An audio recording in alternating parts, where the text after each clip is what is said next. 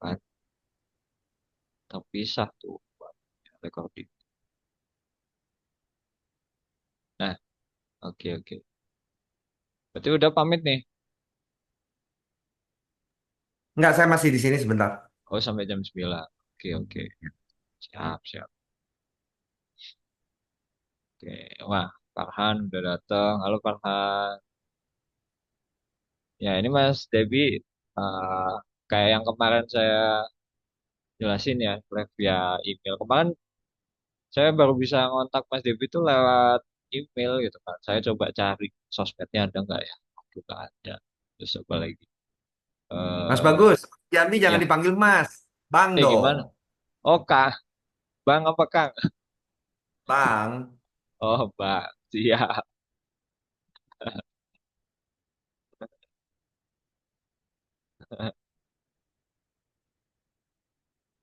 Nggak ada Bang Ladis. Waktunya nggak cukup. Ya ini boleh lah sekarang. Nanti itu gimana udah? Biasanya habis sesi pas lagi sesi tanya jawab kan kita bisa ini kenal-kenalan sekalian. Oh, ya. Ya, ya, ya. Oke. Jadi aku jelasin sedikit Mas Debi, Bang Debi ya. Jadi eh, kumpul KBM kayak gini nih rutinan tiap minggu malam ya. Kemarin ada yang bingung jelasin malam minggu sama minggu malam. Jadi ini minggu malam hari besok Senin itu, nah itu biasanya teman-teman tuh ngumpul kayak gini.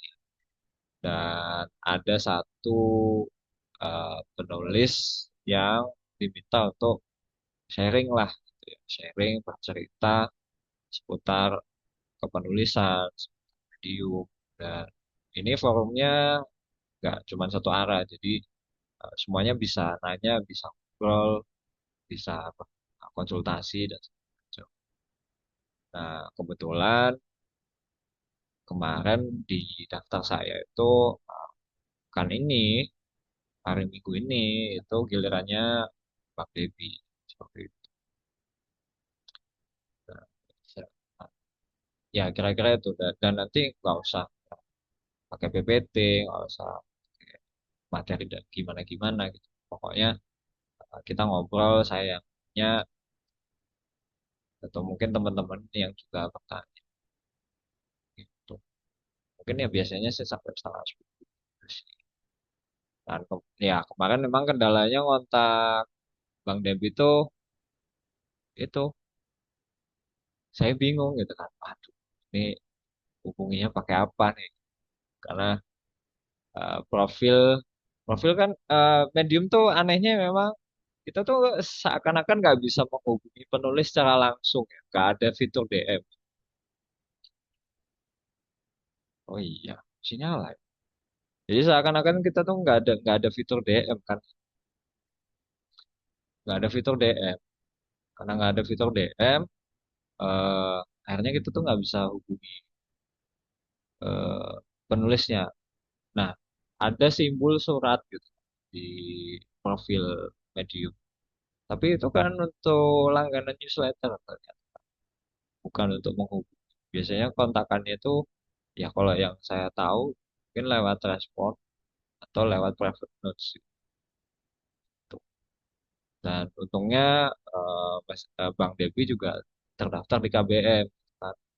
Saya dapat emailnya dan untungnya dibaca sih. Gitu ceritanya.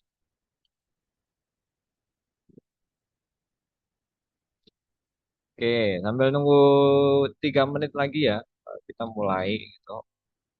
eh, Ngobrol-ngobrol, cerita-cerita dengan Bang Devi.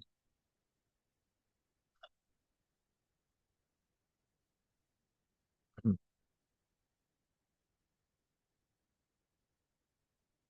Oke,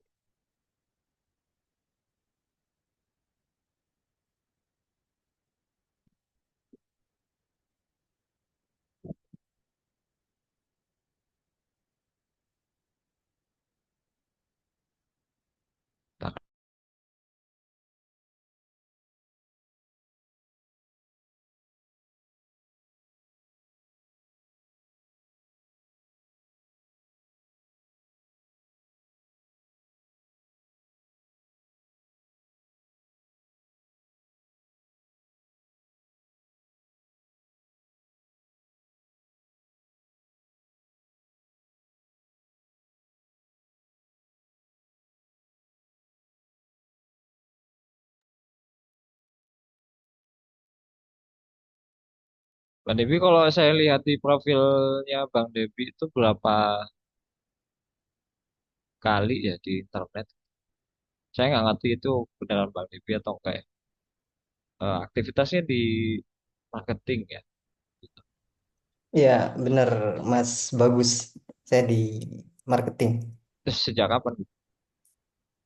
eh ini sebenarnya saya baru 2 minggu di Jambi. Sebelumnya saya di Bekasi, jadi juga dipanggil Mas. Oh, dulunya di Bekasi. Ya, ya. Heeh. Saya Berarti ini di pindah pindah kantor apa pindah tempat tinggal tuh? lagi di Jambi aja. Kebetulan ini lagi di Jambi aja. Oh, gitu. Oke, oke. Berarti balik lagi ke Bekasi. Gitu. Iya, nanti kemungkinan akan balik ke Bekasi, tapi belum tentu juga karena secara ini udah fully remote sih. Oh, oke. Ya, ya. Oke, oke, oke. Oke ya, mungkin kita bisa mulai ya. Oh, itu mulai pada mungkin kita bisa mulai ya pukul malam ini ya dengan Bang Debi ya. Buat awalan ya, mungkin pertanyaannya kayak gitu, Bang. Hmm, boleh nggak cerita Bang Debi eh, pengalamannya nulis itu sejak kapan, kemudian eh, apa latar belakangnya, sama mungkin eh, aspirasinya nulis di Medium tuh motivasinya tuh apa sih?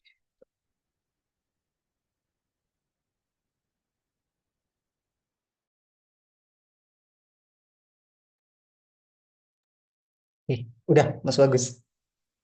Itu dulu, boleh cerita latar belakangnya, kapan nulis, gitu. Oke, baik. Saya pengen nyapa lagi ya. Selamat malam semuanya. Alah, Ah, Mas Debi, Bang Debi, jangan jangan cemas ya. Ini kita memang berbagi doang kok, biar yang lain bisa dapat masukan karena tiap orang kan pasti beda-beda. Siapa tahu ada yang cocok. Oke, eh, ya semoga semuanya sehat malam ini.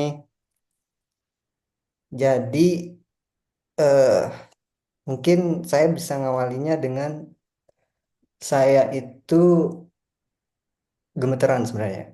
Saya gugup malam ini gitu. Karena ini di hadapan para penulis-penulis yang luar biasa semuanya. Saya juga kalau dibilang penulis kayaknya masih jauh banget. Mas Bagus, udah Ivan. Tadi seperti yang disinggung sama Mas Bagus juga udah sempat singgung bahwa saya dari marketing. Nah, ini mungkin kebetulan aja nyemplungnya ke medium. Nanti kita cerita juga sedikit. Jadi saya pengen tarik dulu ke belakang. Saya itu startnya sebenarnya sebagai eh, web designer. Jadi saya itu aslinya sebenarnya di web designer karena emang dulu udah suka eksplorasi. Saya juga nyemplung di kalau dulu mungkin orang kenalnya software engineer. Saya juga ngoding programmer. After itu mulai explore lagi masuk ke graphic design juga sampai sekarang saya kontributor juga di beberapa microstock. Kemudian masuk di SEO spesialis juga. Nah, itu startnya saya masuk ke marketing sebenarnya dari SEO. Nah, dari SEO saya masuk lagi ke digital marketing spesialis performance ads. Nah, dari performance ads itu baru mulai masuk lagi ke dunianya orang sales. Nah, jadi untuk terakhir saya di Bekasi sebelum sebelum di Jambi ini di Bekasi saya eh, sales and marketing lah secara umumnya sales and marketing. Mungkin teman-teman ada yang nggak sengaja nemu profil saya LinkedIn saya nanti bisa lihat lah di situ. Nah, kok tiba-tiba bisa di medium gitu kan? Kenapa sih tiba-tiba bisa di medium? Jadi eh, di awal-awal dulu waktu saya masih SEO waktu itu ya masih suka lah sama hal-hal yang berbau SEO. Saya udah join ke Medium, udah mulai nulis. Waktu itu masih nulis tentang SEO tuh. tips seputar SEO. Kemudian setelah nulis, kalau orang-orang SEO itu bikin konten, harapannya kan trafficnya tinggi tuh. Nah, setelah saya tulis konten-konten yang berbasis SEO di Medium, nah kok konten saya nggak ada yang baca gitu ya. Nggak ada yang baca, ini salahnya di mana gitu. Akhirnya saya mulai nulis di blog, waktu itu bikin blog untuk konten-konten seputar SEO juga. Nah, mulai ada traffic. Kemudian barulah saya mulai perhatiin orang-orang di Medium itu seperti apa sih sebenarnya orang-orang di Medium itu. Dan barulah mulai tergambar nih, gitu kan. Oh, ternyata tulisan-tulisan di Medium itu bentukannya ya tulisan-tulisan yang kita baca sekarang gitu kan. Tulisan-tulisan yang kita baca sekarang. Nah, saya mulai pelan-pelan nulis juga hal-hal yang nggak berhubungan dengan SEO lagi, tapi lebih ke seputar kehidupan pribadi awalnya. Jadi ya kayak ya udah saya nulis aja gitu. Waktu itu di Medium, yang penting saya tulis, nggak penting lagi mau ada orang baca atau enggak, yang penting saya nulis aja dulu. Saya tulis awalnya cuman tulisan awal-awal itu satu atau dua paragraf. Ya, saya ingat satu atau dua paragraf yang kalau saya cek juga view-nya kayaknya juga nggak ada waktu itu. Sama sekali nggak ada juga yang view. Tapi karena waktu saya ngawali tulisan itu eh, niatnya emang nulis nulis aja dulu gitu, nulis aja dulu, nantilah perihal yang baca, nanti yang penting nulis. Nah dari situ yang terjadi adalah eh, lama kelamaan view-nya nggak ada, yang niatnya nulis aja dulu mulai lagi tinggal tuh, udah udah terlupakan lagi. Itu jaraknya kayaknya hampir setahunan itu udah kosong banget di Medium, udah nggak nulis lagi, bahkan hampir lupa user untuk login ke Mediumnya juga. Tuh benar-benar udah nggak lagi nyentuh Medium sampai di eh, akhir-akhir ini. Kalau kayaknya belum sampai setahun, di akhir 2024, kayaknya sekitar Oktober atau September saya mulai benar-benar mulai aktif di Medium. Di situ eh, saya mulai aktif karena ini kebetulan juga saya sekarang lagi mendalami tentang artificial intelligence, nah, yang berhubungan dengan prompt engineer. Jadi saya ngelihat di situ bahwa eh, di masa depan, itu apakah penulis-penulis ini akan digantikan oleh AI gitu. Nah, sampai pada poin di mana saya ketemu bahwa mungkin iya penulis akan digantikan oleh AI, tapi juga bukan mungkin, tapi juga ada bagian dari kepenulisan itu yang nggak bisa disentuh oleh AI. Dari situ saya lihat bagian apakah yang nggak bisa disentuh oleh AI, yaitu tulisan-tulisan yang dimasukkan unsur feel-nya gitu. Jadi tulisan-tulisan yang ada perasaannya di dalamnya gitu. Nah, dari situ saya lihat bahwa oh, berarti apa yang saya tulis dulu di dua paragraf awal-awal dulu itu sebenarnya udah mulai benar tuh gitu kan. Udah mulai benar. Akhirnya saya coba eh, mulai nulis lagi, berhubung juga kegiatan saya udah mulai full remote. Jadi saya udah mulai punya banyak waktu juga buat mulai di Medium dan kegiatan-kegiatan apa namanya remote lainnya. Nah dari situ saya mulai aktif dan saya usahain, bahkan saya bikin konten kalendernya itu sampai 1 bulan. Maksudnya topiknya saya udah tentuin gitu loh. Jadi saya mau nulis apaan, eh, saya selalu store, biasanya 1 hari saya bisa misalnya bisa nulis dua, tapi saya tetap usahain untuk tidak memposting tulisan saya dua dua dalam 1 hari gitu ya. Jadi saya tetap usahakan buat konsisten 1 hari tetap ada tulisan gitu, tetap ada tulisannya gitu yang saya post. Nah selebihnya kalaupun saya bisa nulis lebih dari itu, saya kirim ke publikasi seperti di KBM gitu kan. Nah untuk kepenulisan sendiri, sejujurnya kayaknya saya tuh nggak ngerti-ngerti amat ya dengan yang namanya nulis gitu. Karena yang saya lakuin saya cuma nulis doang gitu. Jadi ketika Mas Bagus kemarin ngajak untuk ngobrol-ngobrol, saya rasa-rasanya saya bingung juga gitu. Ini gimana gitu kan? Saya dibilang nulis juga ya cuma nulis aja gitu loh. Cuma nulis, nulis aja apa yang saya pikirin, apa yang saya kumpulin, draft-draftnya saya tulis gitu.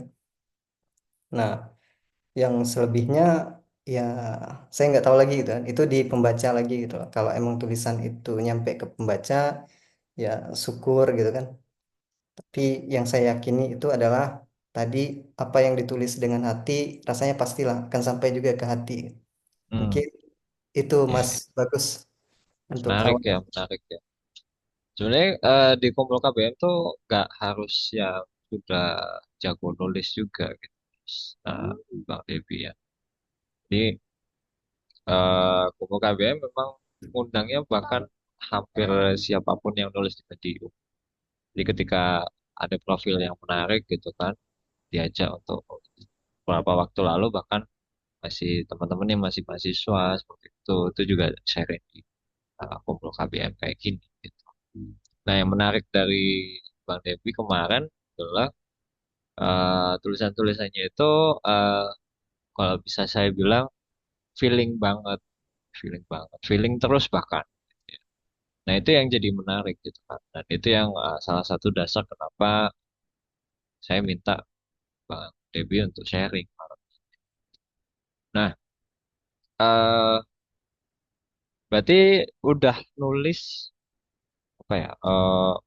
Di Medium itu sejak tahun berapa, Bang Devi? Tepatnya saya sebenarnya lupa ya Mas Bagus, Mm-mm, tapi mm. perkiraan itu di 2 tahun ke belakang kalau nggak salah ya. Emang latar belakang kuliahnya apa sih kalau boleh tahu? Saya di ilmu komputer Mas Bagus. Oke, beneran komputer ya Pak. Oke, oke. Tapi kalau nulis dokumentasi gitu pernah nggak sih? Dokumentasi untuk Program, program gitu, program. iya. Benar ya, saya tulis. Hmm. Nah, bedanya apa sih kalau dengan pengalaman latar belakang dengan nulis yang sekarang? Kalau yang sekarang saya amatin lebih sering prosa kan. Ya, ekspresif gitu kan. Bedanya di mana tuh? Ya, kalau untuk tulisan sekarang emang eh, sebagian besar dan kebanyakan itu adalah hal-hal yang emang bersinggungan langsung dengan kehidupan pribadi saya. Hampir hampir kebanyakan itu Mas Bagus. Jadi seperti saya cerita tentang Bandung gitu loh, tentang kegiatan-kegiatan saya, apa yang saya temuin gitu. Nah, itu paling saya cuman elaborate aja gitu. Gitu. Nah, untuk hal-hal yang seperti dokumentasi program itu mungkin lebih tulisan-tulisan yang emang tidak ada unsur unsur personalnya lah gitu ya, Mas Bagus.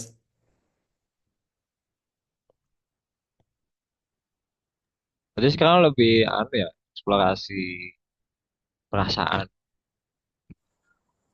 Iya, jadi eh, mungkin di sini juga medium sebagai wadah saya buat cerita lah ya, cerita gitu dalam bentuk tulisan medium saya yang saat ini.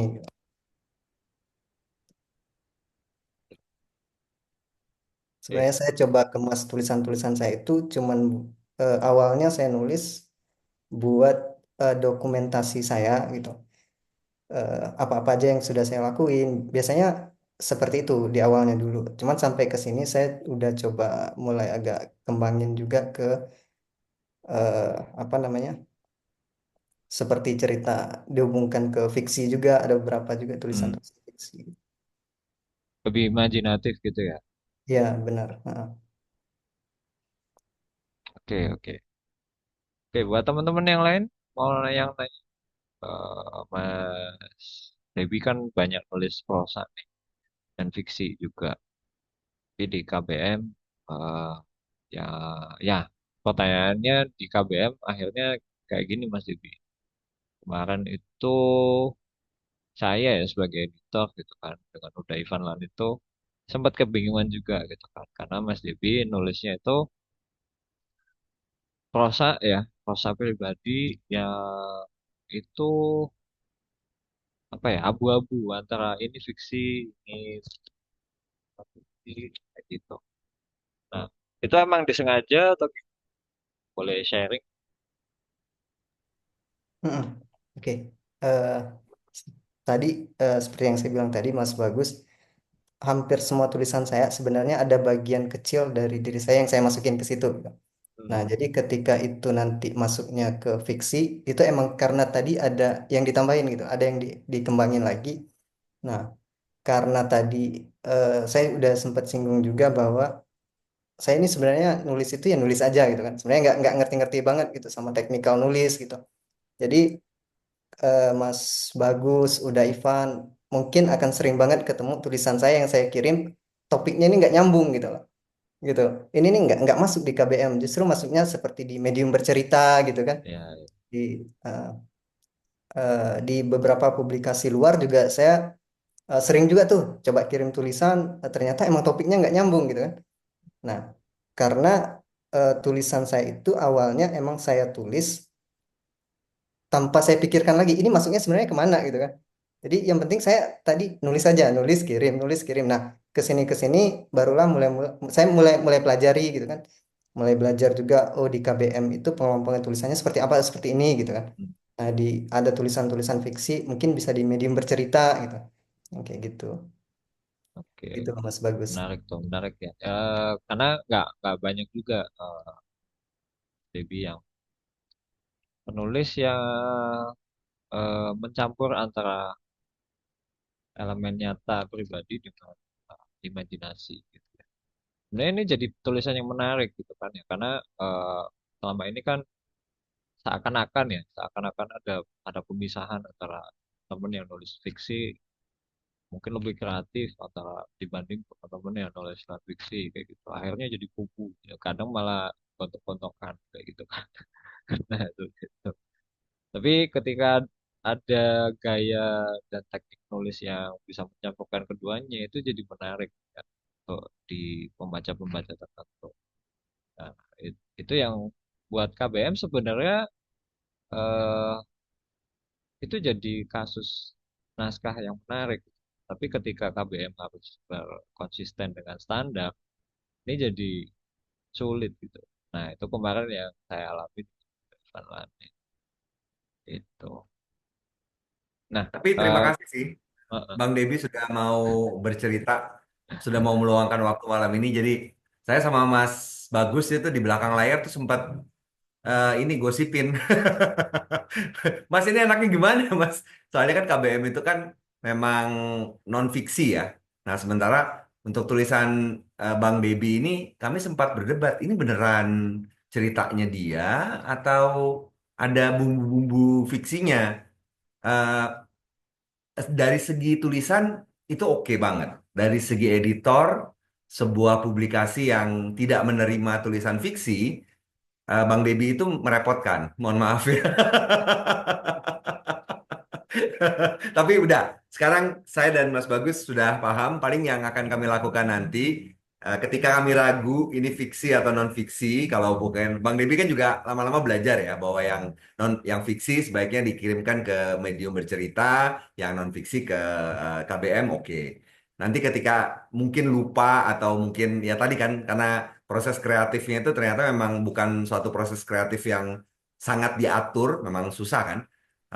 Nanti kalau kami ragu, paling kami kirim itu aja ya, pesan pribadi ya. Ini fiksi atau non fiksi gitu aja ya.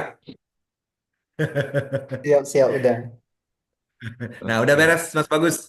Urusan untuk editor udah beres. Iya, Mbak Dia silakan kalau mau nanya atau nanggapi. Aku mau nanggapin nih. Mbak Selamat Dian dulu, Kang. semuanya. Mbak Dian dulu tuh. Sabar, Kang, Aku, sabar. Oh, oke, siap, siap, siap. Bagian dulu, Mbak Mbak Dia. Dian, pertanyaannya. Halo, Mbak Dian. Waduh, Oh, hilang. kayaknya tadi tuh dia mengalami kesulitan dengan audionya. Tadi makanya ganti Oke. akun. Mbak Dian belum, suaranya belum keluar, Mbak Dian.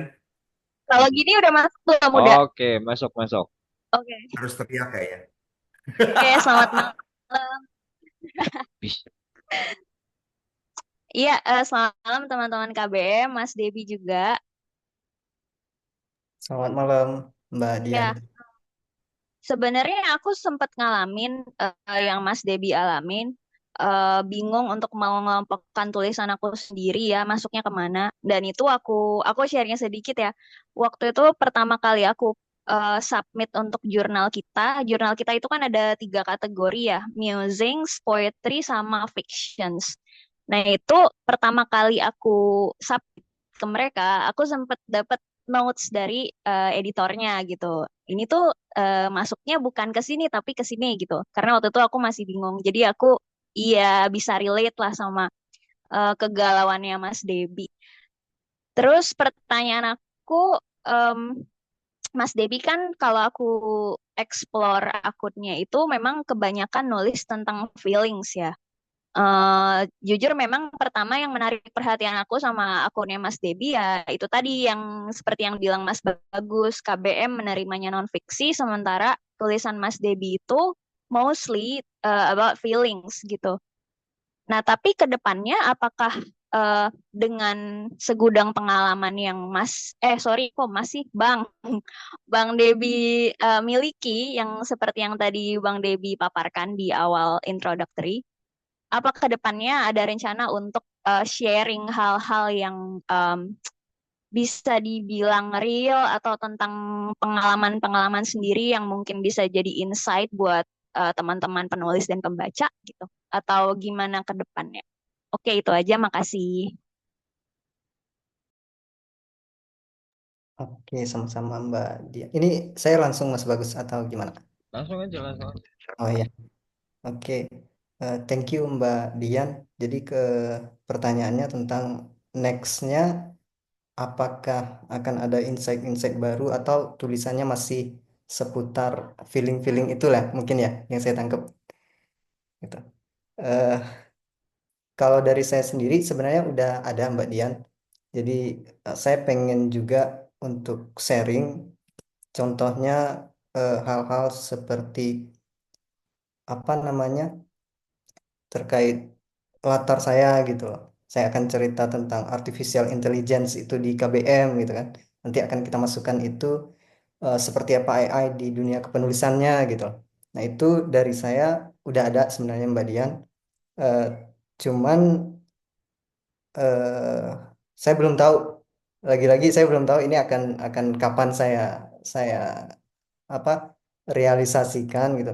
Tapi kalau dari saya udah ada kegambar akan ke situ, karena balik lagi mengenai feeling sepertinya itu akan ini sedikit bocoran lah buat teman-teman untuk cerita-cerita feeling ini mungkin akan selesai di awal 2025 gitu. Nah, untuk nextnya, untuk nextnya mungkin ada feelingnya tetap akan dimasukkan, tapi akan ada insight-insight seputar hal-hal eh, kegiatan-kegiatan lain saya juga seperti itu. Dia orangnya terencana banget loh, bahkan untuk mencurahkan perasaan aja dia udah tahu sampai sampai di mana batasnya.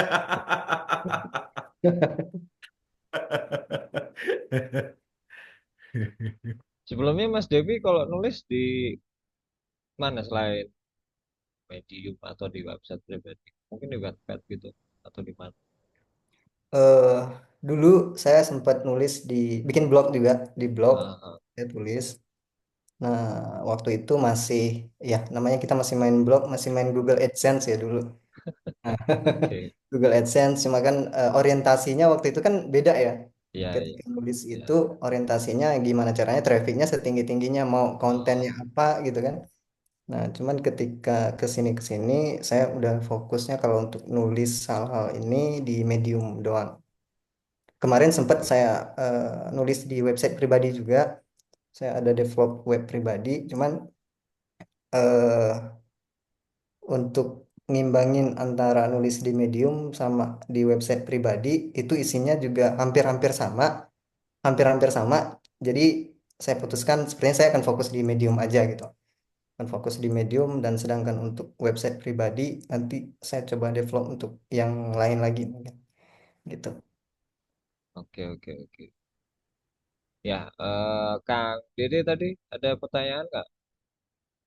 Atau menanggapi tadi? makanya kan jadi nggak kalau nggak jadi saya duluin ini nih Ah, Farhan nih. halo ya, Halo Kang, aku monggo tertarik nih silakan. dengan pembahasan artificial intelligence. Dari awal memang saya dari dulu kerja di bidang IT ya, tapi lebih bukan ke programmer, tapi sebagai user dari tahun 90 dan cukup mengikuti perkembangan di dunia internet meskipun tidak terlalu dalam. Nah, akhir-akhir ini kan saya tuh pengguna awal dari artificial intelligence AI ya, kecerdasan buatan. Dari mulai awal sampai sekarang lompatan dari artificial intelligence tuh cukup ini ya, kalau saya bilang cukup eh, perkembangannya cukup pesat. Mulai bahasanya dari kaku sampai sekarang mengalir gitu kan. Mas Debi mau mau nanya nih. Kan sebenarnya AI itu hanya membaca pola ya. Ya, pola-pola yang dipelajari oleh eh, kecerdasan buatan. Mungkin nggak ke depannya emosi-emosi manusia itu, perasaan-perasaan manusia itu, polanya bisa dibaca oleh artificial intelligence. Yang akibatnya penulisan dengan AI itu menjadi lebih terasa eh, ada feel-nya. Mungkin itu pertanyaan saya. Oke, terima kasih. Oke, makasih juga Mas Dede. Mas Dede ya. Ya, betul. Oke, Oke, terkait artificial intelligence ke depannya, apakah si AI ini bisa punya perasaan? Bisa, tapi perasaannya dia gitu, bukan perasaannya kita gitu. Simpelnya sih seperti itu. Jadi eh, untuk kalau kita ceritain untuk ke depannya, apakah AI ini akan lompatannya lebih jauh-jauh lagi? Bisa jadi iya gitu. Bisa jadi iya, ditambah lagi dengan kalau kita lihat berita di belakang-belakang ini, di mana si komputer, si quantum computing itu kalau Mas Didi pasti ngikutin ya. Nah, dengan adanya quantum computing ini, Iya, i- eh, nanti itu juga akan jadi salah satu untuk mempercepat juga si AI ini melakukan evolusi lagi gitu, evolusi yang lebih lebih lebih lagi. Tapi balik lagi bahwa kalau ditanya si AI ini nanti bisa kayak punya perasaan manusia, bisa aja gitu. Bisa aja, tapi tetap untuk benar-benar dia bisa seperti manusia banget-banget itu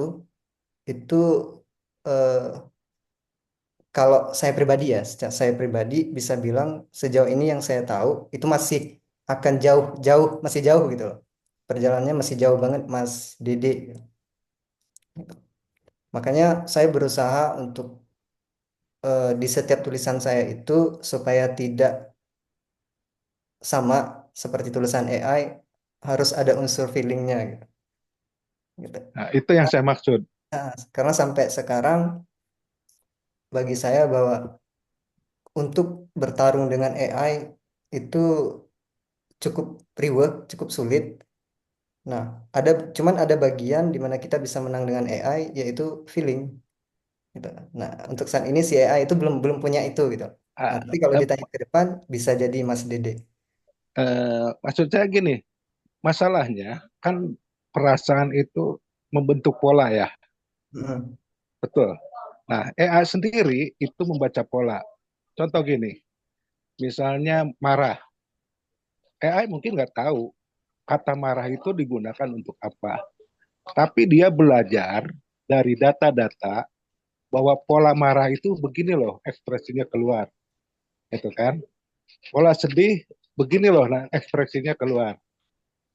Nah, sekarang ini kalau saya lihat, apalagi di ChatGPT, itu ChatGPT itu kan ada personalisasi ya, lebih personal. Ada memori-memori dari percakapan kita tuh yang disimpan. Misalnya cara bicara kita bagaimana. Misalnya yang provokatif, yang naratif, itu dia simpan. Nah, ketika kita bertanya sama ChatGPT terutama, itu bahasanya menyesuaikan dengan cara kita bertanya. Jadi kita seolah-olah, lah, kok dia ngerti loh apa yang saya rasakan gitu kan? Karena dia membaca pola-pola dari pembicaraan kita, cara kita berbicara, itu dia bentuk pola. Kalau eh, Mas Debi lihat itu kalau kita bicara di ChatGPT itu ada secara kalau misalnya kita input baru gitu kan, misalnya saya ingin menulis dengan gaya ini, dia itu disimpan di memori ada itu kan. Nah, begitu kita ketik orang seperti apa saya ini, secara otomatis dia menjabarkan orang seperti apa kita gini. Dilihat dari memori yang dia simpan. Nah, kalau menurut saya pribadi ya, memang AI tidak bisa menggantikan manusia karena perasaan manusia itu original ya. Kalau AI itu artifisial, artinya dia hanya eh, kecer- meskipun punya emosi, tapi emosinya buatan dan itu belajar dari pola manusia. Kalau masukkan feel, saya setuju. Feel AI itu nggak bisa seperti manusia karena dia hanya tiruan secara general. Sedangkan feel manusia itu orang per orang mungkin unik. Misalnya kalau kita menggambarkan kesedihan, mungkin Mas Dedi sama saya menggambarkan kesedihan mungkin dengan perasaan yang sama, dengan kata yang sama, tapi dengan feel yang berbeda. Mungkin saya setujunya memang kalau di zaman AI itu keunikan feel kita itu mungkin lebih penting. Mungkin itu dulu. Terima kasih, Mas Debi. Oke, makasih juga Mas Dede. Saya juga belajar banyak juga dari Mas Dede. Oke, Ya lanjut Mas motifnya Bagus. Bang Devi nulis tuh mirip kayak udah Ivan Lanin. Terus Iya betul. Mirip banget, mirip banget. eh, jadi Ini ada pertanyaan dari Mas bereksplorasi. Farhan Afandi nih, Mas. Oke. Tadi Dari Bang Farhan ada tuh pertanyaan dulu.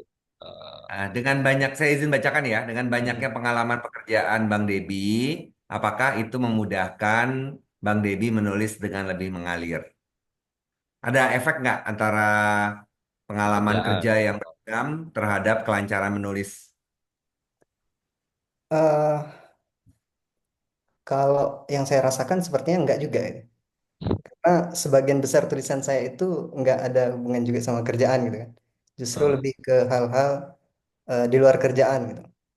Seperti eh, tentang jatuh cintanya gitu kan, patah hatinya gitu kan. Itu kan udah di luar kerjaan gitu. Gitu. Jadi saya bisa lebih rasanya lebih lancar nulis itu karena pengalaman-pengalaman pribadi aja gitu. Jadi nggak nggak nggak terlalu berpengaruh karena kerjaan. tapi itu pengalaman pribadi yang seperti itu tuh apa sama Mas Devi dicatat?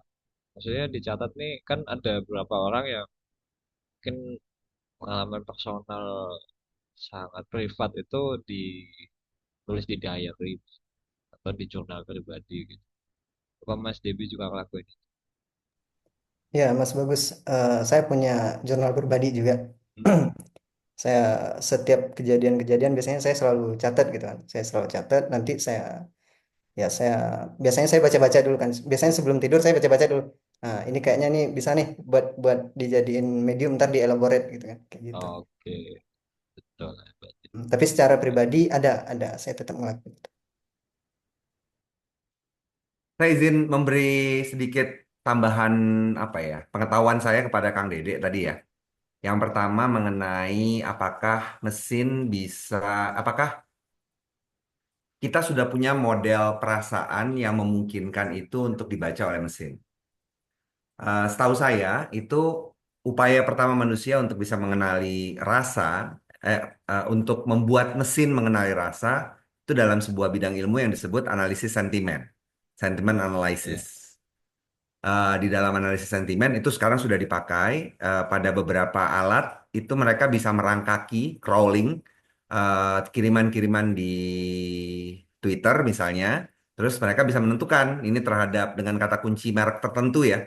Terus berdasarkan itu mereka bisa melaporkan kepada pemilik merek, oh pada periode sepekan terakhir itu ada sekian pesan yang membahas merek Anda, sekian persen itu sentimennya positif, sekian persen sentimennya negatif. Itu sudah ada sejak kayaknya 2015-an udah ada deh. Iya, iya. Bahkan sebelum itu, sebelum itulah, sebelum itu. Jadi itu Heeh. teknologinya sudah ada. Itu yang pertama ya. Jadi analisis sentimen. Tapi kan itu hanya membaca, dia tidak mengeluarkan. Kalau bisa mengeluarkan, itu sebenarnya yang terjadi adalah mesin ini bisa menirukan perasaan orang kan. Dia bisa meniru, ditanya gitu. Bisa nggak kasih contoh orang marah? Dia keluarin contohnya marah. Nah untuk bisa itu kan dia harus bisa membagi perasaan manusia. Perasaan manusia itu sudah ada modelnya. Nah, modelnya itu dibuat oleh Robert Plutchnik. Itu ada kenapa kemudian kita nonton di Inside Out itu ada 5 perasaan utama kan? Sebenarnya kalau Plutchnik itu ngasihnya 8 perasaan utama. Dari 8 itu kemudian nanti ada kombinasi-kombinasi lagi. Jadi itu yang 8 itu kayak warna itu namanya primer, kemudian ada perasaan sekunder, ada sampai perasaan tersier. Dari setiap perasaan marah gitu ya misalnya, itu mulai dari ngambek, marah, murka. Jadi ada 3 tingkatan. Jadi secara model itu sudah dibuat oleh Plutchnik.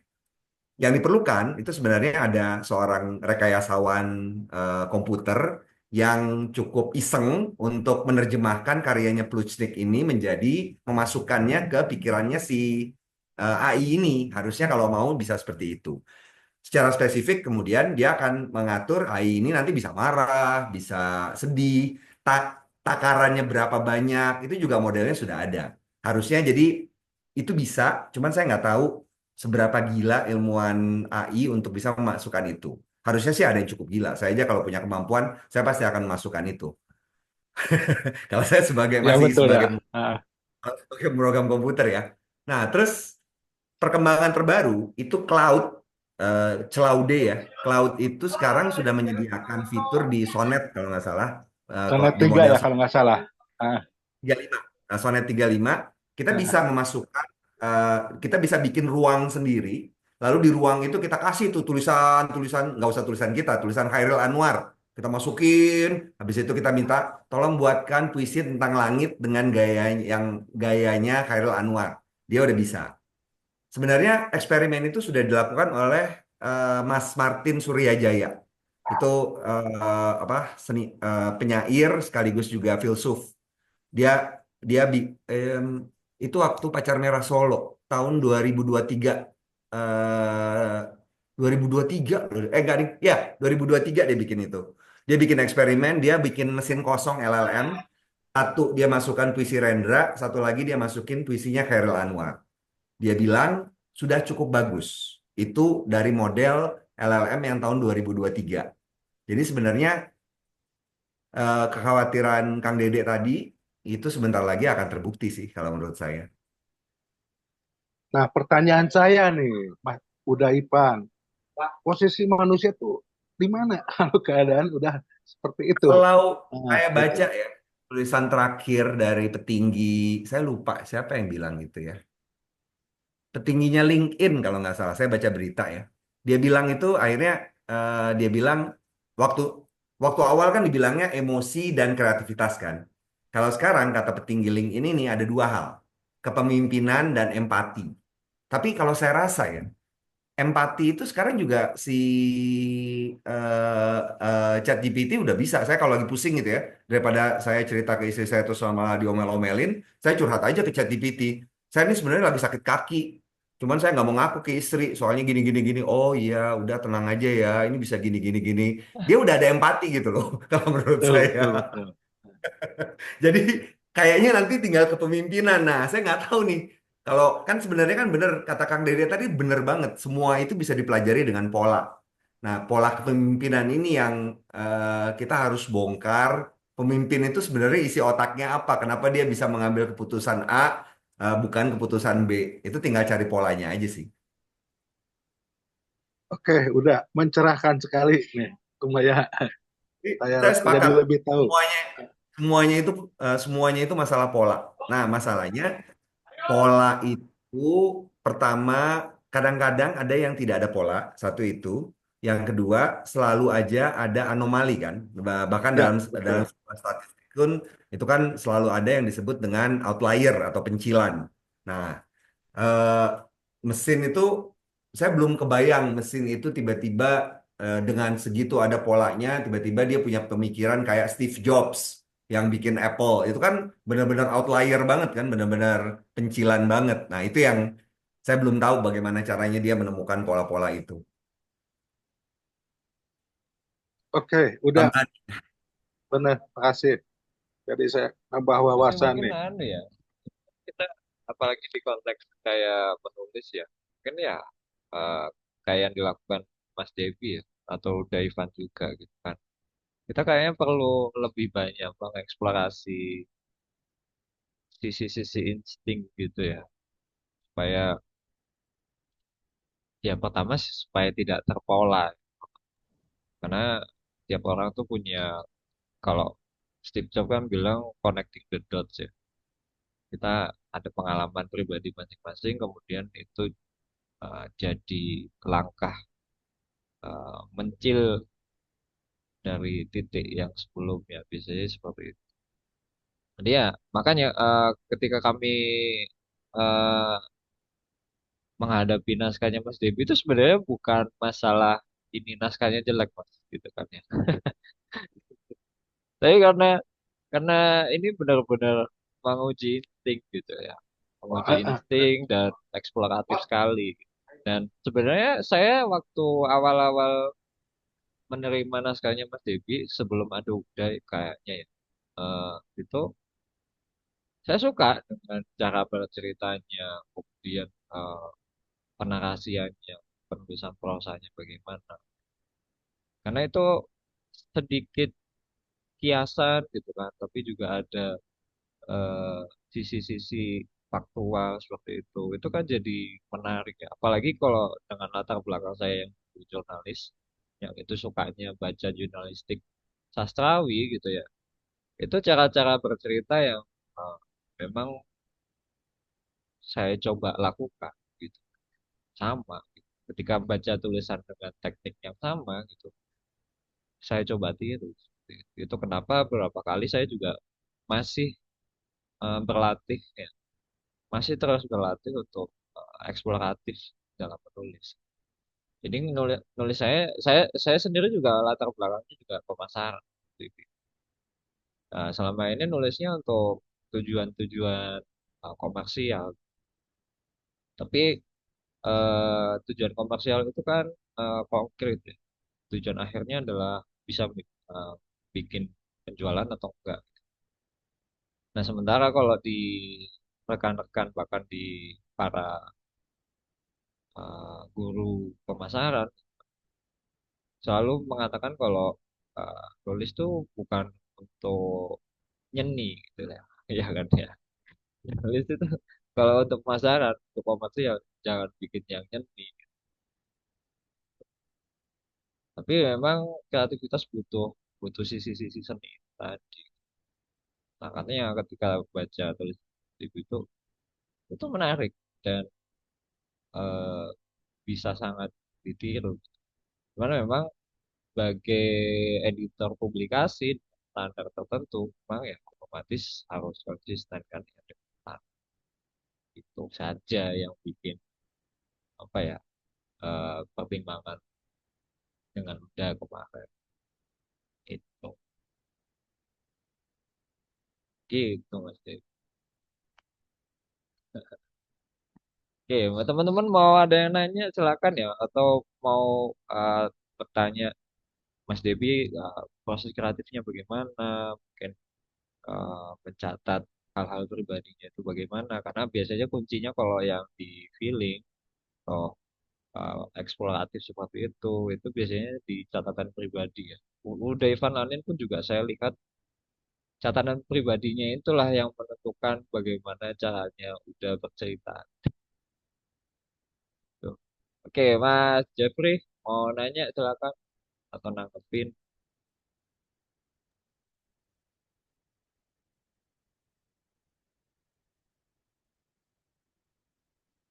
Belum ada suaranya mas, belum keluar tuh. Belum keluar, belum keluar.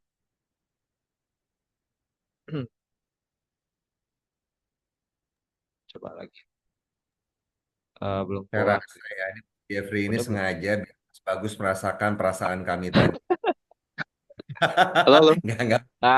Tuh masuk tuh. Halo, halo. Saya Nah, copot headset aja. iya iya. Oke. Halo semuanya. Kenalin, saya Jepri. Halo Bang Debi.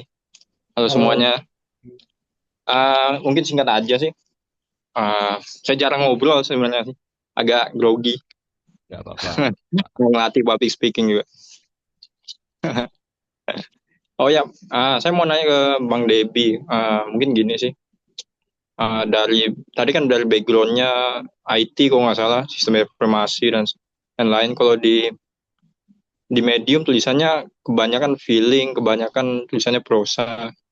Saya tuh jadi penasaran, eh, referensi buku yang Bang Debi baca tuh kayak gimana sih? Apakah kebanyakan fiksi atau ke non fiksi atau gimana? Itu sih. Anyway, Bang Debi nih kidal ya atau bukan ya? Tanggir ya? Enggak, saya kanan, masih kanan. Oh, kanan. Saya kira kiri tadi. Gitu Emang sih. ada bedanya ya kalau kiri Ya, di kanan? kamera depan. Saya kira Ah, tadi pegang iya. pulpennya di sebelah tadi. Oh, oke oke Ya, oke. Di saya kanan. kirain tadi. Gitu pertanyaannya. Thank you. Oke. Iya, thank you juga Mas Jepri. Eh, Kalau ditanya buku, referensi buku, saya sebenarnya juga nggak ada referensi-referensi banget karena hampir semua buku saya suka. Saya ya nggak ada milih-milih juga buku. Tapi kalau yang deket ke eh, yang berhubungan dengan tulisan-tulisan seperti saya, mungkin kalau dihubungkan untuk lokal saya suka seperti Boy Chandra itu saya suka. Gitu. Gitu. Mungkin satu nama yang saya bisa sebutin udah Boy Chandra gitu, gitu Mas Jeffrey. Itu mungkin lanjut Mas Bagus. Oke, oke. Menarik ya. Baca. Saya belum pernah sih baca. Tetapi banyak yang rekomen. Tapi saya belum. Oke. Nah kalau ini Mas Debi ya. eh, Kan tadi ada catatan pribadi. Eh, Biasanya yang sering di apa saya bilang lebih berkesan kemudian diekspresikan di tulisan tuh kejadian yang kayak apa sih? Kalau di Mas Debi? Eh, Sebentar, saya belum nangkap nih. Maksudnya kejadian Hmm. yang gimana nih? Ya kan kan tadi ceritanya Mas Debi kan kadang masukin pengalaman pribadi di tulisan tuh ya. Dan mungkin ada juga yang dicatat di catatan pribadi atau diary kayak gitu. Kemudian uh, diekspresikannya ke tulisan itu biasanya momen yang berkesan seperti apa? Mungkin waktu marah banget atau lagi sebel banget atau lagi sedih banget bahkan. Nah, yang biasanya diekspresiin dalam tulisan tuh kalau di Mas Dibi biasanya momen yang kayak apa? Oke. Kalau untuk di tulisan sendiri, mungkin kalau teman-teman juga baca itu kebanyakannya momen-momen patah hatinya ya lebih banyak momen patah hatinya. Jadi eh, kalau saya sebenarnya hampir semua, tapi nggak semua, hampir semua itu saya catat kejadian-kejadian. Contohnya ketika saya punya hubungan gitu loh, momennya, oh ini lagi momen pertama nih jalan berdua di sini gitu. Itu biasanya saya catat gitu. Meskipun catatannya nggak sepanjang tulisan medium, tapi ada cuman poin-poinnya saja gitu. Jadi itulah nanti yang akan dirangkai ke tulisan medium gitu Mas Bagus. Nah kalau dibilang kebanyakan ya banyak momen patah hatinya gitu. Ya, Kenapa ini nggak momen waktu lagi seneng? Ah, kenapa nggak momen lagi senang? Iya juga ya. Susah loh. menceritakan bagaimana perasaan ketika pertama kali pegangan tangan. Itu susah loh. Iya sih, Heeh, betul, betul. benar-benar Mas Udah, Ivan. Jadi Susah loh. Saya mau bilang ciuman, cuman kok kurang senonoh ya. Jadi pegangan tangan aja lah. udah gini sebenarnya tadi eh, saya sempat singgung bahwa di awal-awal nulis Medium itu emang karena Medium ini kayak jadi temen saya nulis aja gitu cerita. Nah, kalau untuk hal-hal yang menggembirakan, mungkin saya bisa cerita ke teman-teman nih. Oh, saya lagi seneng nih, gini, gini, gini. Nah, gitu. Oke, oke. Nah, Ya, gitu. ya, benar, benar, benar, benar, benar, Makanya benar. terakhir juga ketika Medium itu eh, punya program, partner program itu, yang bisa private itu, sebenarnya tujuan awal ketika saya nulis, saya bikin tulisan yang udah mulai masuk hal-hal personal, itu ada partner program tujuannya buat nge-hide tulisan-tulisan itu. Jadi supaya nggak umum banget awalnya gitu ya. Hmm. Gitu. Karena ini eh, apa namanya hal-hal pribadi itu ada beberapa hal pribadi di dalam itu gitu. Nah, makanya semakin ke sini udah semakin dikembang-kembangin lagi gitu. Jadi tempat cerita lah, cerita yang sedih-sedihnya. Kalau yang seneng-senengnya saya bisa cerita sama udah Ivan ntar gitu kan. Ini lagi di Solok gitu. Tapi itu bagus loh. Maksudnya kita jadi punya punya alasan kenapa karya-karya orang itu lebih banyak bercerita tentang momen sakit hati, patah hati Hmm. daripada momen senang ya. Momen senang itu dia memilih untuk menceritakan kepada keluarga aja. Hmm. Iya benar, benar-benar bagus. Saya belajar sesuatu benar juga. Iya, iya, itu menarik sih. Kalau yang gaya penulis yang seperti Mas Devi itu sebenarnya kalau buat saya nggak asing. Jadi justru saya pun dulu ya dulu ya. Kalau sekarang saya tanya suruh nulis seperti tulisannya yang dulu, dia bilang ini emang aku ya gitu ya. Gitu. Ya, padahal kalau saya boleh boleh komentar gitu kan. Kalau mungkin pernah menemukan tulisannya istri saya di Medium, itu tulisannya fiksi singkat ya, flash fiction kalau bahasa Inggris. Tapi ketika saya tanya klasifikasinya seperti apa, biasanya memang dia bilang waktu itu ini tulisan yang dia imajinasikan dari sebuah perasaan. Ya itu macam-macam akhirnya. Bisa perasaannya waktu senang, kemudian dia bikin sebuah eh, setting ya, setting tempat, bikin latar belakang, dan karakternya. Itu jadi sebuah fiksi, cerita fiksi. Saya pun juga beberapa kali bereksperimen ya, mencoba cara bercerita yang kayak gitu. Tapi memang nggak gampang gitu. Karena pertama harus mengikat rasa. Kayak tadi udah Ivan bilang, ketika lagi senang, eh, bercerita senang itu dikiaskan. Karena tempatnya mungkin beda, terus karakternya mungkin beda, situasinya mungkin beda. Tapi rasanya itu harus sama. Nah itu tuh jadi sesuatu yang cukup rumit. Itu yang saya coba pernah eksperimentasi untuk tulis kayak. Nah, akhirnya ketika beberapa penulis yang saya baca, yang paling sering memang yang sedih ya, sedih, patah hati ya. Yang itu kayak kayak butuh dilampiaskan.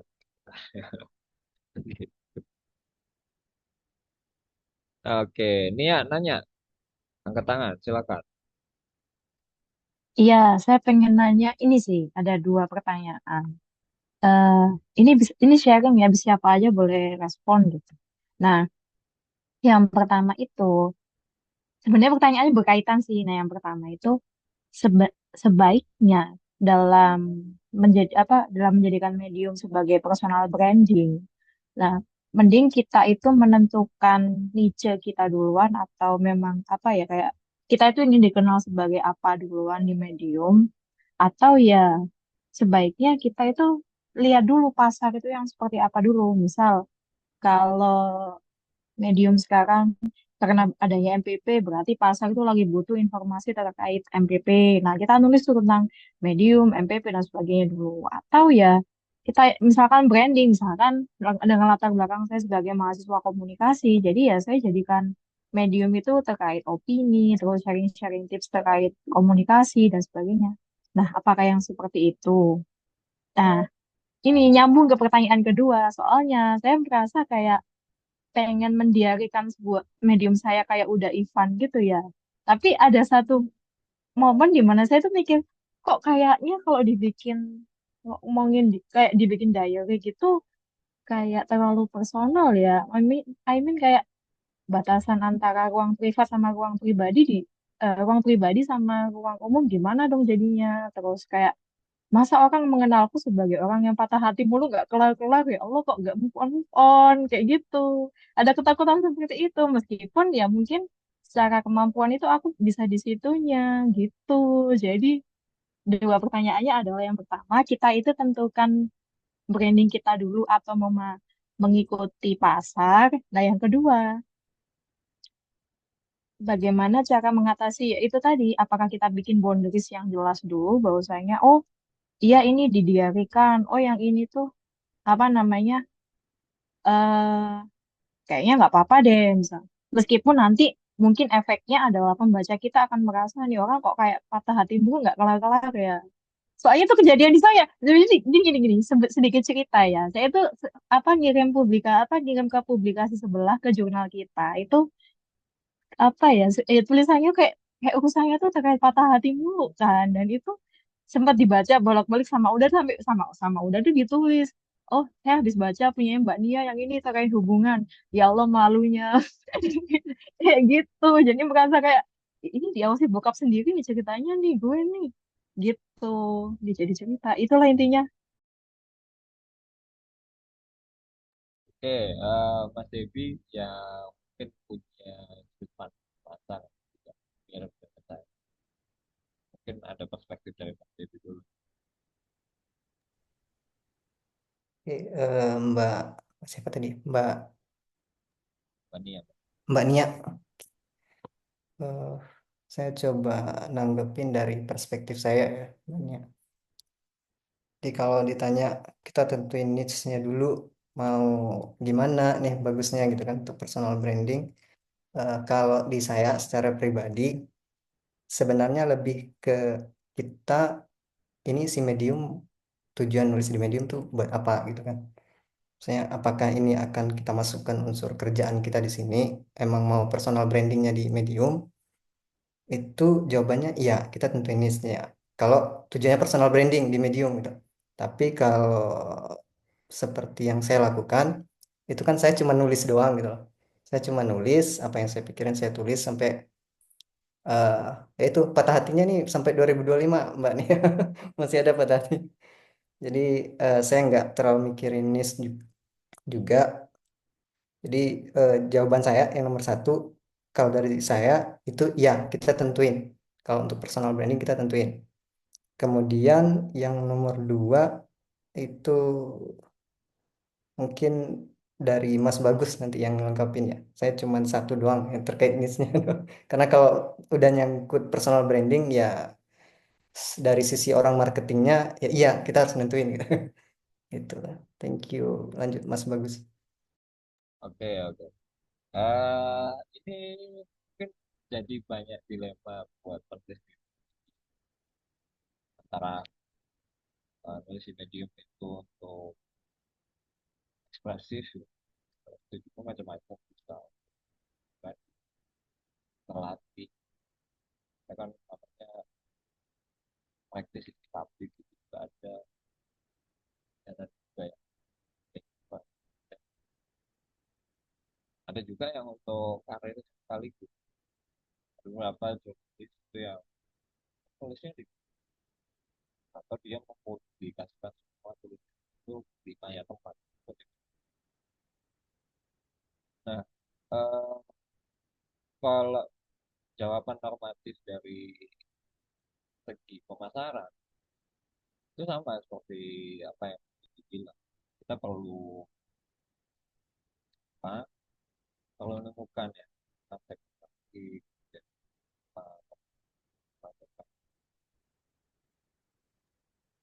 Mas Bagus, maaf. hilang Suaranya timbul ya. hilang timbul. Oke. Masih jelas nggak nih? Udah. Oke, Udah oke. jelas. Nah, tapi itu kalau tujuannya emang eh, tertentu ya, spesifik. Tujuannya spesifik. Contoh misalkan untuk personal branding atau tujuannya untuk jualan misalkan kayak gitu. Ada lagi yang tujuannya untuk affiliate dan sebagainya. Itu kalau spesifik. Tapi untungnya ini yang saya amatin dari sepanjang saya nulis di Medium. Untungnya, untungnya itu di Medium kita tuh bisa nulis untuk eh, pembaca di luar kebanyakan audiens kita. Nah, ini yang sebenarnya menarik dari Medium. Kita tuh bisa bahkan nulis benar-benar berbeda untuk audiens yang berbeda di Medium. Kenapa kok saya bisa bilang gitu? Karena di Medium itu distribusi tulisan kita itu bisa seperti kayak TikTok. Jadi nggak harus yang sudah follow atau nggak harus yang pernah baca. Kita publikasi sebelumnya nulisnya bahasa Indonesia, kemudian kita nulis dalam bahasa Inggris. Itu tiba-tiba tulisannya bisa nyampe ke pembaca berbahasa Inggris tanpa kita eh, setting apapun. Bisa seperti itu. Nah, ini menguntungkan untuk penulis-penulis yang menurut saya eh, mau keluar dari eh, tulisan-tulisan kebiasaan gitu. Dan itu bisa sama berhasilnya antara tulis bahasa Indonesia dengan tulis bahasa Inggris dengan satu akun ya. Itu bisa sama-sama berhasil. Kenapa saya bilang gitu? Banyak kasusnya di teman-teman yang nulis di jurnal kita. Kalau mau belajar dari penulis-penulis yang nulisnya dua bahasa. Dan itu biasanya dua bahasa ini udah topiknya udah bisa sangat berbeda antara tulisan satu dengan tulisan berikut-berikutnya gitu. Itu bisa berbeda. Padahal di satu akun yang sama. Nah, sementara ada dulu yang berpikiran, oh saya kayaknya kalau nulis bahasa Inggris bikin akun baru deh. Ada yang seperti itu. Tapi ternyata nggak perlu hampir seperti itu. Nah, memang ada masalah ketika yang kayak Nia tadi bilang, ya, audiens yang sudah follow itu akan bisa melihat semua tulisan kita. Kayak Uday Van Lanen, ketika kita lagi ekspresif nih, nah akhirnya dibaca juga sama follower yang sudah nyimak sejak lama. Nah, itu bisa jadi masalah tapi juga bisa jadi keunggulan. Nah, masalahnya ya kayak tadi mungkin nggak nyaman lah gitu kan. Sisi pribadinya malah kelihatan ke publik. Tapi itu juga bisa jadi keunggulan ketika kita personal branding karena kadang di titik tertentu ya, di titik tertentu eh, orang yang follow kita atau orang yang sudah memutuskan untuk menyimak kita itu mereka butuh sisi-sisi humanis kita, sisi humanis. Jadi misalkan kayak saya jadi jurnalis nih, misalkan saya eh, nulis tentang isu-isu politik terus gitu. Tapi di satu titik pembaca tuh juga pengen tahu loh, bagus nih sehari-harinya kayak apa sih. Nah, itu bisa jadi variasi yang menarik, variasi yang menarik, kemudian eh, informasi yang menambah konteks. Itu kenapa di teman-teman konten kreator kalau ada ahli strategi kreator biasa, mereka bilang kreator di jumlah follower tertentu itu makin ke atas, makin banyak ya, maksudnya. Mulai dari 1.000, 100.000, sejuta, dan segala macam, seterusnya. Makin ke atas, yang dicari itu biasanya yang membuka ruang publik, ruang privasi. Biasanya seperti itu. Kalau di awal-awal mungkin bercerita tentang keahlian.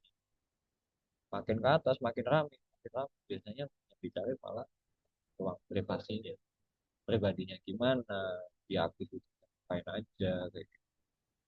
Nah itu kan berarti artinya ada evolusi ya, evolusi sosok. Sebetulnya itu kelihatannya jadi makin lama makin dekat. Ya memang ini adalah di istilah eh, apa, komunikasi mungkin atau di psikologi gitu. Itu ada yang namanya paralisi ya. Kita membangun eh, persona pribadi supaya seakan-akan dekat dengan dia. Dan eh, sejauh ini kalau saya pengalaman pribadi bercampur-campur itu di medium gak jadi masalah. Tapi ini emang keputusan pribadi ya. Ada yang mungkin keputusannya jangan diceritain deh di pribadi. Ada juga yang keputusannya cuma sesuai pekerjaan aja. Nah itu sesuai keputusan pribadi ya. Nah, salah satu cara lainnya adalah supaya bisa bercampur-campur kayak gitu tanpa ada mungkin kebingungan pembaca. Salah satunya adalah dengan lempar ke publik gitu. Jadi kalau kalau kalau tulisannya bercampur-campur tapi di akun pribadi ya, itu kan audiensnya jadi terpapar semua nih. Mungkin yang pribadi, mungkin yang profesional, kerjaan dan segala macam itu jadi satu alam. Sementara kalau di apa kita lempar ke publikasi, tiap publikasi itu kan punya audiens masing-masing ya. Nah, mereka itu sudah siap untuk membaca tulisan dengan topik tertentu. Contoh misalkan yang biasanya nulis non fiksi di KBM, kemudian audiens juga mengikuti tulisan di medium bercerita, otomatis mereka sudah siap. Oh, tulisannya Mbak Nia di medium bercerita. Oh, ini berarti mungkin fiksi. Nah, itu kan membuat audiens itu siap dengan konteks. Itu salah satu cara. Itu sih kalau dari saya. Itu. Akhirnya balik lagi ke keputusan kita. Mau mau diumbar ya dalam tanda kutip atau fokus aja sama tujuan. Jadi sama kayak yang Bibi tadi bilang. Tuh. Dan untuk informasi yang pertimbangan yang kayak gini itu sebenarnya ada di tataran strategi ya. Kalau di konteks pemasaran ini nyebutnya strategi konten, strategi nulis, strategi bikin video dan segala macam. Kita harus tentuin di awal nih kita mau ngapain. Habis itu semuanya mengikuti dari keputusan itu.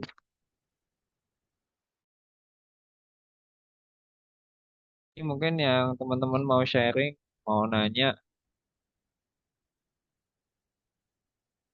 silakan.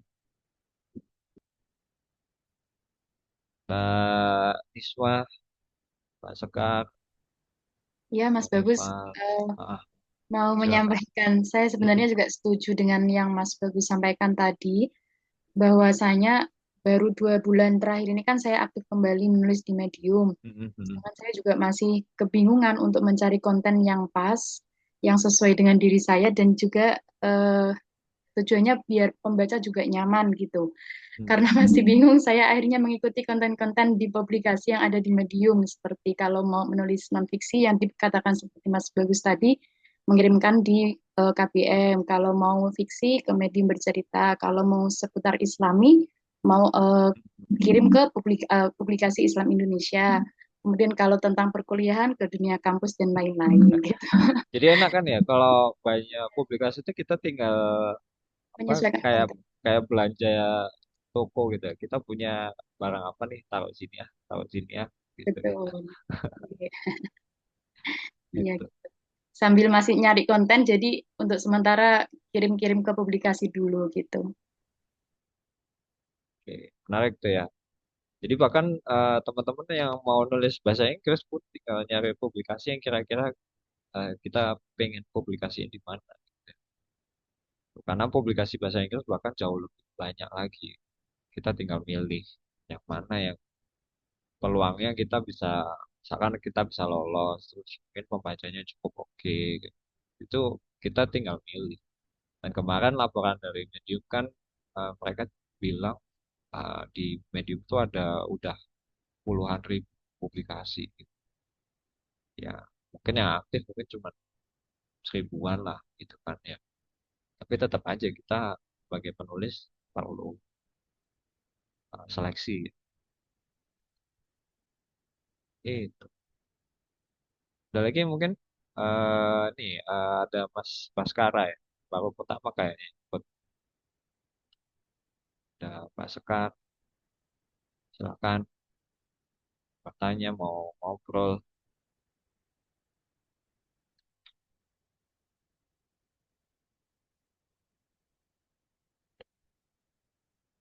Mas Debi, eh apa? Kalau dari prosa-prosanya, kalau tadi kan bilangnya mungkin berhenti sampai 2025 awal. Apakah eh ini bakal jadi apa? Saya bilang mungkin saya pakai bahasa kreator konten zaman sekarang. Produknya Mas Devi gitu misalkan. Mungkin jadi buku kah? Mungkin jadi digital produk, mungkin, dan segala macam. Oke, Mas Bagus. Ini karena udah disinggung masalah produk, sekalian aja saya promoin. Wah, Ya, jadi teman-teman, ya kebetulan saya juga lagi proses nih, lagi proses. Sebenarnya udah masuk proses cetak. Nah, mudah-mudahan di awal tahun udah selesai dari penerbitnya. Saya ada nulis buku, itu isinya buku puisi, sebenarnya puisi. hmm, Jadi saya oke. coba mulai dari puisi dulu, nanti baru untuk nextnya mungkin akan ya dengan isi prosa gitu. Tapi saya pengen coba dari yang kecil-kecil dulu lah, dari kecil-kecil dulu. Nah, untuk teman-teman yang tertarik, yang tertarik bisa cek di Threads atau Instagram saya, di sana ada linknya gitu. Bukunya belum ada, tapi ya kalau mau ini apa ya cantumin biar nanti tim bisa infoin kalau bukunya udah ada. Wah, Gitu. keren, keren, keren. Nah, itu tuh. Jadi sebenarnya teman-teman kalau eh, di kumpul KBM kayak gini ya, teman-teman punya produk, punya event, cara dan inisiatif apapun butuh dipromosiin, gitu. Eh, bilang aja gitu. Bahkan mungkin butuh sesi khusus buat dibahas, boleh aja juga.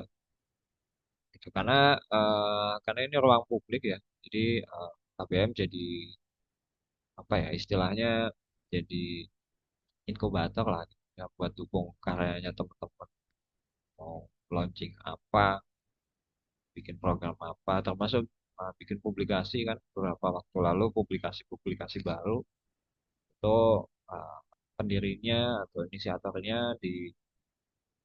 diundang ke kumpul KBM kayak gini buat cerita supaya ya dapat audiens juga kan. Nah itu uh, puisinya kenapa nggak dimunculin di Medium? Mungkin biasanya kan buat teaser atau buat uh, intro gitu kan. Berarti benar-benar baru atau gimana? Ya, biasanya juga kan kalau teman-teman ada yang selipin jadi CTA-nya gitu, jadi puisinya nih gitu. Ya, untuk ini buku pertama saya Mas Bagus. Jadi eh, saya juga ketika nulis buku ini nggak ada kepikiran juga buat jualan buku sebenarnya gitu ya. Oke. Jadi saya pengen coba nulis sama seperti saya nyoba nulis di Medium dulu, nulis aja dulu gitu.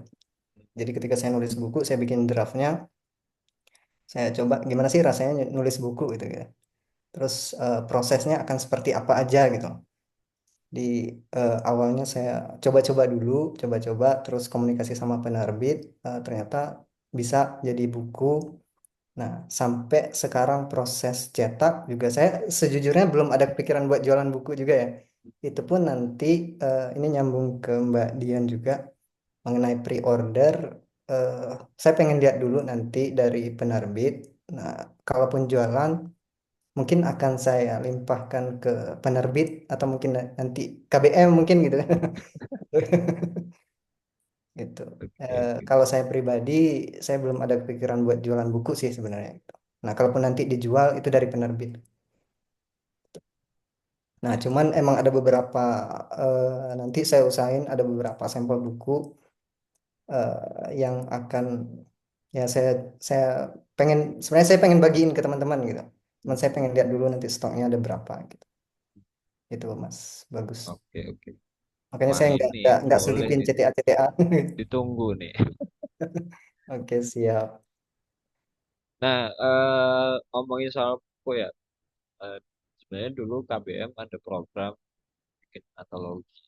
Jadi ada satu momen antologi yang dikumpulin dari tulisan, bukan kumpulin ya, diseleksi ya, diseleksi dari tulisan writernya KBM sepanjang tahun. Jadi buku antologinya tuh 1 tahun satu ya, sekali. Dan itu eh, ya semua naskah yang pernah masuk itu nanti diseleksi yang terbaik-terbaik, kemudian diterbitkan dalam bentuk eh, buku ya. Cuman memang effortnya lebih dan biaya juga ya. Akhirnya baru berjalan sekali. Tapi saya harapan harapan saya sih itu bisa setiap tahun sekali. Dan nanti ya kayak tadi eh, volunteer sudah bertambah, tim juga makin besar gitu. Harapannya sih tahun 2025 akan ada antologi itu lagi. Dan itu eh, ya saya sih nganggapnya ini seperti karya fisik ya, karya fisik yang tulisannya teman-teman tuh beneran bisa dinikmati dalam bentuk buku. Tuh, itu. Nah, termasuk kalau misalkan teman-teman punya karya dalam bentuk buku ya bisa dikenalin juga nih ke KBM supaya eh, apa buat dipromosikan. Bandingnya berarti dosennya Mas Anggit ya, Mas Anggit. Nah, ya.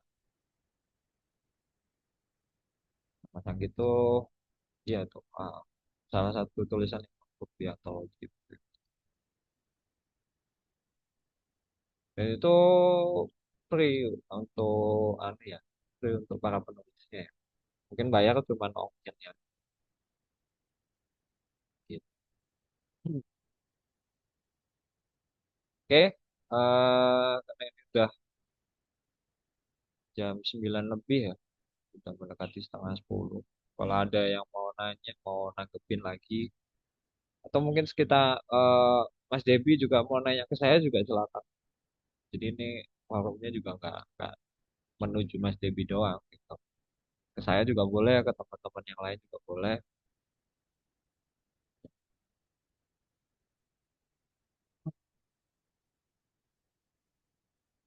Oke, Oh, mungkin dari saya Mas Bagus pengen oke, cerita. silakan. Karena malam ini juga pertama kali nih saya join di kita ngobrol-ngobrol sama teman-teman KBM juga.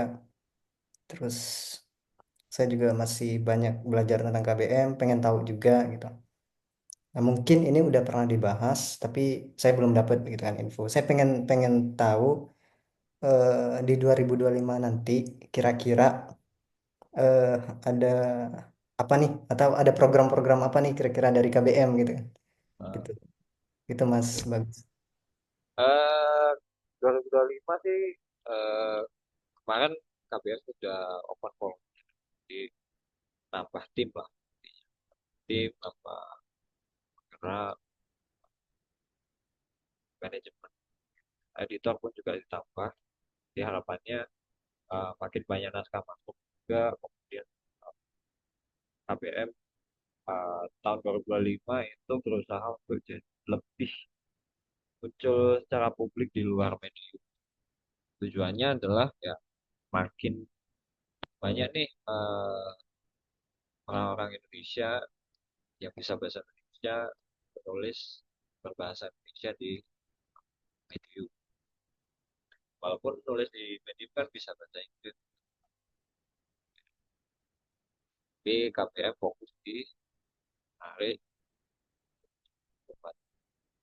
Itu pertama. Kedua, eh, Mas Bagus punten. Ini suaranya putus-putus, Mas. oh putus-putus lagi. Ini udah masuk, udah jelas? Udah oke. Oke, oke. Nah, eh, itu tadi pertama. Pertama, menambah banyak minat ya untuk datang dan nulis di medium. Dan yang kedua, itu anu, tingkatin tingkatin kualitas penulis-penulis ya. Jadi eh, ya minat itu pasti banyak, tapi kadang ada yang nggak konsisten, butuh didampingi seperti itu. Nah, KBM itu muncul untuk eh, menjaga minat dari penulis-penulis Indonesia di video. Tuh, itu yang kedua. Harapannya adalah karya tulisannya itu jadi makin bertambah juga. Jadi ini kalau yang menarik di Medium adalah penulis Indonesia di Medium yang punya badge atau lencana lencana penulis itu jadi lebih banyak. Nah, ya kan, kalau di Medium tuh kan ada kayak status sosial lebih ya, ketika penulisnya itu ada simbol penulis, author ya, author di Medium. Ini fitur yang menarik di Medium karena di platform yang lain nggak ada. Kan. Jadi akhirnya ketika penulis di Medium itu sudah menerbitkan buku, itu jadi nilai lebih. Nah, itu harapannya juga KBM juga makin memperbanyak penulis-penulis yang sudah bisa menghasilkan buku. Nah, ini kan mengerucut ke kualitas literasi di. Jadi penulisnya makin banyak, bukunya juga makin banyak. Nah, kalau program ya kayak gini, ini kebanyakan sih programnya program yang mengkonsistenkan program-program yang udah ada. Kayak misalkan kayak kumpul KBM gini dibikin konsisten. Karena ini program yang dulunya udah lama, sudah sejak 2018 atau 2019. Tapi terputus. Nah, 2024 mulai pertengahan Agustus kayaknya itu dimulai lagi, jalan lagi. Nah, harapannya program yang seperti ini nggak terputus. Kemudian ada lagi mungkin program eh, apa sesi apa ya? Saya nggak bilang workshop ya, mungkin webinar gitu ya. Eh, ngajak yang berkompeten di dunia kepenulisan untuk eh, ngajari, ngajari yang tujuannya memang lebih banyak meningkatkan kualitas teman-teman gitu. Akhirnya ya harapannya balik lagi punya karya yang real. Kalau kemarin eh, ada beberapa penulis di Medium tuh yang berhasil terbitkan, bukan terbitkan, mempublikasikan tulisannya di media cetak. Itu kan perlu apa ya, semacam sesi khusus ya untuk mengajari teman-teman gimana sih caranya ngirim ke media massa, kemudian nulisnya bagaimana, standarnya seperti apa, itu butuh sesi khusus. Karena di KBM kan memang fokusnya di apa, tulisan non fiksi, di program rata-rata sih program-program pengembangan ya.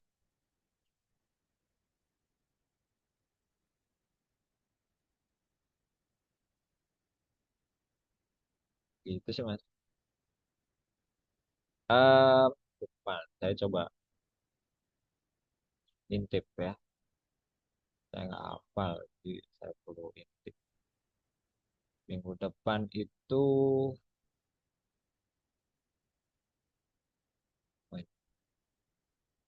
oh iya ya. Tadi saya udah nyebut si Afrizal. Afrizal Palgani. Sebenarnya Afrizal ini jadwalnya awal Desember kemarin. Cuman dia bilang berhalangan, jadi bukan awal Desember, awal November. Dia berhalangan, terus akhirnya pindah ke awal Januari. Edwin Popcorn. Belum sih, tapi nanti tambah. Oh ada. Itu Februari sih. Edwin. Kalau teman-teman mau request juga boleh loh ya. Kasih tahu eh, ke kita, ke saya. Nanti kan juga ada teman-teman yang lain nih yang kontakin. Tuh, Mas, undang penulis ini. Apa. Itu bahkan yang di luar KBM juga boleh ya, teman-teman ya. Gitu. Bahkan mungkin kita bisa eksperimen ke penulis-penulis asing. Ya, kalau memang bisa, itu ya, yang di luar negeri, yang mungkin ada kaitannya dengan Indonesia, itu bisa juga. Oh iya, Mbak Ratna ya, beliau konsisten di kesehatan dan kedokteran. Oke, kayaknya kemarin saya sudah kepikiran. Nanti saya jadwalin deh.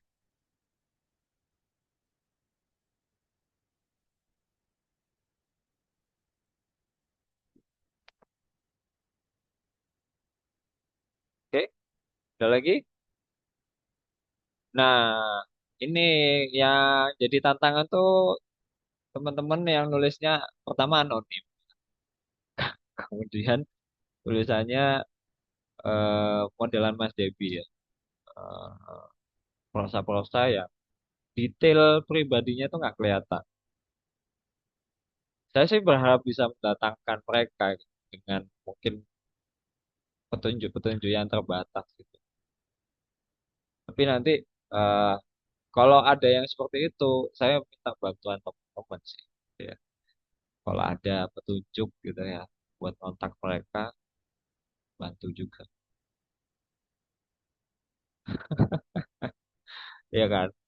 Itu tantangannya kalau penulisnya anonim ya, anonim, kemudian tulisannya fiksi juga. Gitu. Kita nggak ada petunjuk nih, orangnya siapa.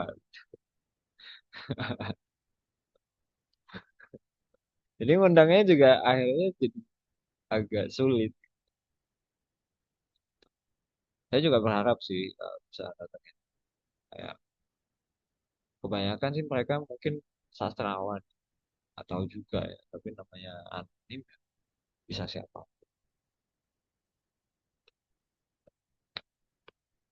Oke, itu bisa jadi masukan nanti selalu. Oh, saya jadi terpikir untuk bikin semacam apa formulir ya, formulir saran siapa penulis yang diminta buat ngobrol. Tuh. Oke, ya. Itu ada lagi mungkin teman-teman lainnya yang mau ditanyakan terkait medium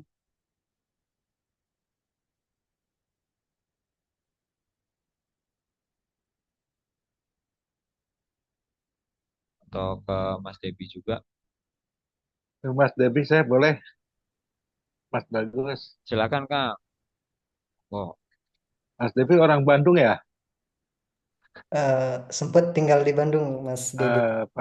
Tadi ada kata punten, orang Bandung iya mah, cek saya teh gitu. Iya, iya, sempat sempat tinggal di Bandung saya, Mas Dedi. Di mana di Bandungnya? Punten agak pribadi nih. Saya di ini di Pahlawan, Oh di ini Putra itu. Cikutra. Iya, benar. Ya Cikutra. Buku favoritnya apa, Mas Debi? Eh, buku-buku salah satunya buku yang ditulis udah Boy Chandra ya. Itu. Nggak ada. Dari luar nggak ada. Dari luar, eh, kalau yang berhubungan seperti tulisan saya nggak nggak ada sih Mas Dede. Kalau pengalaman saya ya, eh, buku itu mempengaruhi pembacanya gitu. Buku ini favorit banget gitu kan, nyentuh banget. Biasanya itu mempengaruhi apa pembacanya itu. Makanya saya suka, suka nanya buku favoritnya apa. Jadi dapat gambaran. Oh, ini terinspirasi oleh ini gitu. Keren orang Bandung gitu. Ah, ah. Pernah tinggal Oke, doang Mas Dede. ah, ah. Tetangga di Bandung mah gitu. Oh iya, di mana Mas Dede? Saya mah di Bale Endah. Eh, Tahu Bale Endah? enggak. Saya nggak terlalu Oh ya explore Mas udah. Dede. Bandung coret. Oh, Ya udah. Makasih Mas Devi. oke, siap Mas Dede. Ya ya. Dan mungkin itu ya, dari teman-teman kita udah lewat dulu. Jadi terima kasih buat Debbie ya,